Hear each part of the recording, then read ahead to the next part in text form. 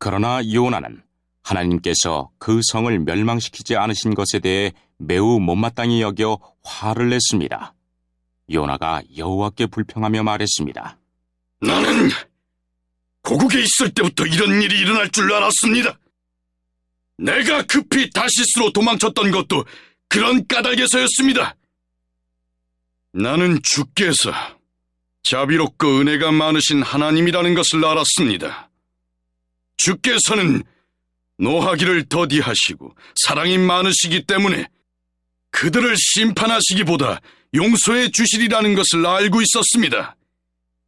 그러니 여호와여, 제발 나를 죽여주십시오. 내게는 사는 것보다 죽는 것이 더 낫습니다. 그러자 여호와께서 네가 그렇게 화를 내는 것이 과연 옳으냐? 라고 말씀하셨습니다. 요나는 성 밖으로 나가 성의 동쪽에 머물렀습니다. 그는 오두막을 짓고 그 그늘 아래에 앉아 성이 어떻게 되는가를 지켜보며 기다리고 있었습니다. 하나님 여호와께서 요나의 위로 박넝쿨을 자라게 하셨습니다. 그러자 그 나무가 요나의 머리 위에 그늘을 만들었습니다. 요나는 그 그늘 때문에 좀 더 편해졌으므로 기분이 좋았습니다. 이튿날 새벽녘에 하나님께서 벌레 한 마리를 보내셔서 그 나무를 해치도록 하셨습니다. 그 나무는 곧 죽어버렸습니다. 해가 떠오르자 하나님께서 뜨거운 동풍을 불게 하셨습니다. 그래서 요나의 머리 위로 햇볕이 내리쬐었습니다. 요나는 온몸에 힘이 빠졌습니다. 그는 죽고 싶은 마음에 내게는 사는 것보다 죽는 것이 더 낫습니다. 라고 말했습니다. 하나님이 요나에게 말씀하셨습니다. 네가 그 나무 때문에 화를 내는 것이 과연 옳으냐? 요나가 대답했습니다.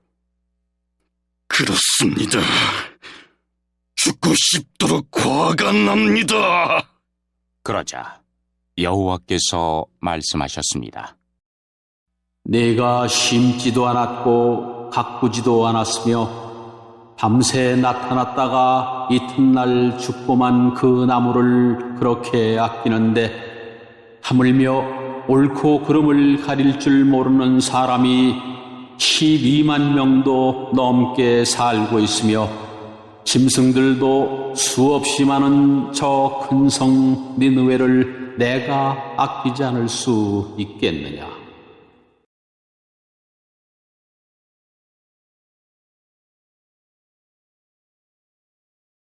하나님, 오늘도 아장으로 예배하시는 요한서울교회 모든 가정 가운데 하나님의 은혜와 평강이 넘치시기를 축복합니다. 지금 요나는 화가 나 있어요. 하나님께서 니느웨를 멸망시키지 않으신 것 때문에요. 요나는 왜 그렇게 니느웨를 미워했을까요? 니느웨는 아시리아의 수도였습니다. 그런데 이 아시리아는 이스라엘의 민족적인 철천지 원수였어요. 그들은 아주 잔인했습니다. 포로들을 데려다가 두 다리를 자르고 한 팔만 남겨놓은 상태로 조롱하고 죽어가는 모습을 지켜봤습니다. 가죽을 통째로 벗겨놓고 성벽에 쫙 걸어놓기도 했어요. 아버지가 전쟁터에 나가서 죽은 그 아들을 데려다가 그 아버지의 목을 쇠꼬챙이에 꽂아서 길거리를 행진하게끔 만들기도 했습니다. 이렇게 잔인하고 원수 같은 니느웨에 가서 회개를 외치라는 것이 하나님의 명령이었어요. 요나는 굉장한 민족주의자였습니다. 이스라엘만 구원받아야 한다. 하나님은 이스라엘을 위한 하나님이다. 그게 요나의 생각이었습니다. 그런 요나에게 하나님의 명령은 너무나 불합리한 것이죠. 그래서 우리가 잘 아는 것처럼 1장에 도망친 거였습니다. 그리고 물고기 뱃속에서 회개하고 하나님이 명령하신 땅에서 회개를 선포하게 되었습니다. 그런데 놀라운 일이 생겼죠. 그 대충 선포한 회개에 대해 니느웨가 반응해버린 거예요. 모두가 회개하고 용서를 구한 겁니다. 하나님께서 그 성을 멸망시키기만을 바랬는데 용서해 주시자 지금 그렇게 화를 내고 있는 겁니다. 그러면서 뭐라고 하나요? 네, 그럴 줄 알았어요. 하나님은 자비와 은혜가 많으셔서 이 성을 용서해 주실 줄 알았어요. 그래서 내가 도망쳤던 건데 이제 내가 살아서 뭐합니까? 차라리 날 죽여주세요. 그런 요나를 향해 하나님께서 말씀하시죠. 네가 화내는 게 맞아? 그리고 요나는 또 화를 내고 있어요. 왜요? 자신을 시원케 해주던 그 박넌콜이 사라진 것 때문에요. 그리고 말합니다. 내게는 사는 것보다 죽는 것이 더 낫습니다. 그 잘못된 행동에 대해 지적하시는 하나님께 부득부득 이를 갈며 자신이 맞다며 분노하고 있는 거예요. 여러분, 어떤 생각이 드시나요? 아, 요나가 죽으려고 작정을 했구나. 지금 멸망당해 하는 건 니느웨가 아니라 요나구나. 그런 생각 안 드세요? 그런데 말입니다. 이 시대에 많은 요나들이 존재합니다. 자신의 정의에 함몰되어 또는 자신의 고통에만 몰입되어 주변을 전혀 볼 수 없는 그런 크리스찬들 말이죠. 그들은 심지어 하나님이 어떤 분인지 다 압니다. 그런데 하나님의 뜻대로 살기를 싫어하죠. 요나가 그랬던 것처럼 말입니다. 저도 그런 사람 중에 하나님을 부인할 수 없고요. 오늘 본문의 요나는 끝까지 자신이 옳다고 믿고 있습니다. 우리도 그럴 때가 있잖아요. 나는 잘못한 것이 없는 것 같고 열심히 그리고 성실히 살았는데 왜 내가 이런 어려움을 겪어야 하지? 그런 의문이 생길 때 우리는 스스로에게 질문해 봐야 합니다. 내가 서 있는 곳이 니느웨인가 다시스인가? 내가 하나님께서 원하시는 곳에 제대로 서 있는 게 맞는가? 이 고난을 통해 하나님께서 큰 그림을 그리고 계신 건 아닌가? 지금 하나님께서 요나에게 왜 이러시는 거예요?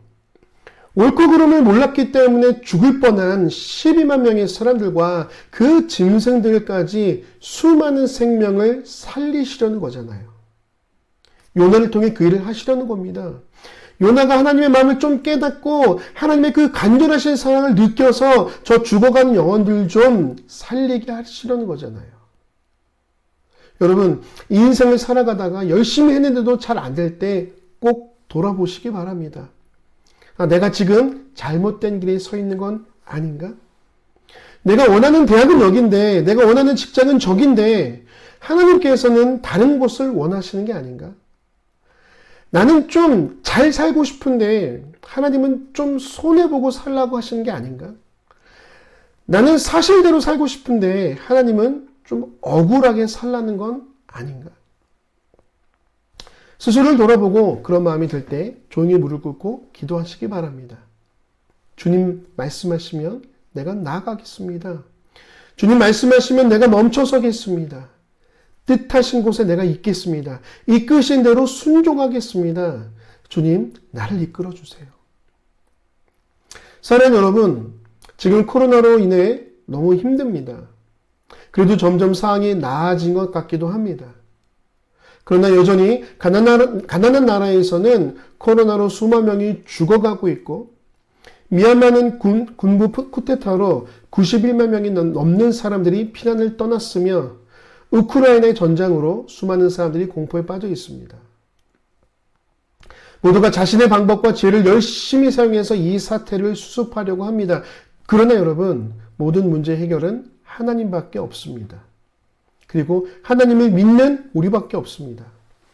우리가 기도해야 합니다. 우리가 희생해야 합니다. 우리가 나눠줘야 합니다. 우리가 앞장서야 합니다.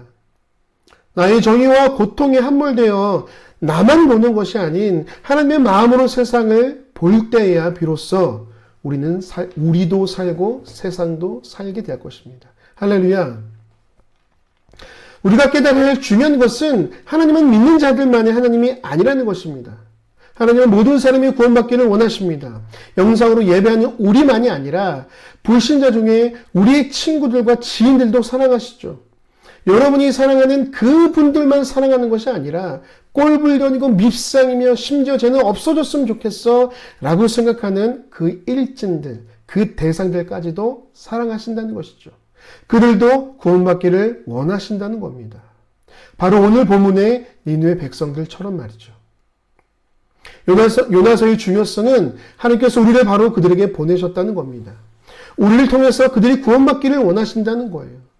우리가 그 사명에 순종할 때 비로소 우리 앞에 있던 안개와 폭풍은 잠잠해질 것이며 앞이 보여질 것이며 어디로 가야 할지 분명해질 것입니다. 사랑하는 여러분, 이제 우리의 손을 뻗어 죽어가는 영혼들을 향해 아버지의 마음을 나눠주시지 않으시겠습니까?